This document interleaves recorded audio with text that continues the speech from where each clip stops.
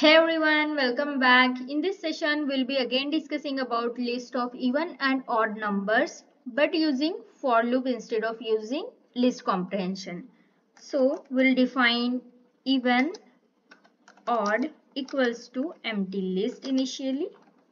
Then we'll start with the loop, which is for x in range 1 through 21.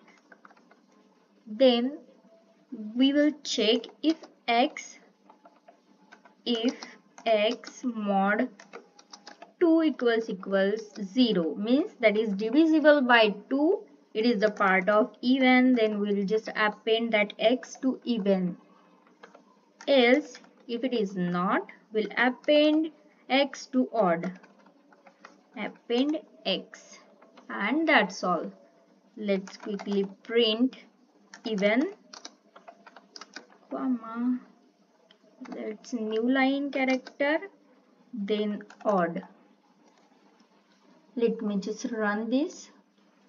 You can see again 2, 4, 6, 8, 10, 12, 14, 16, 18, 20 and 1, 3, 5, 7, 9, 11, 13, 15, 17, 19. Yeah, these are all even, these are all odd numbers.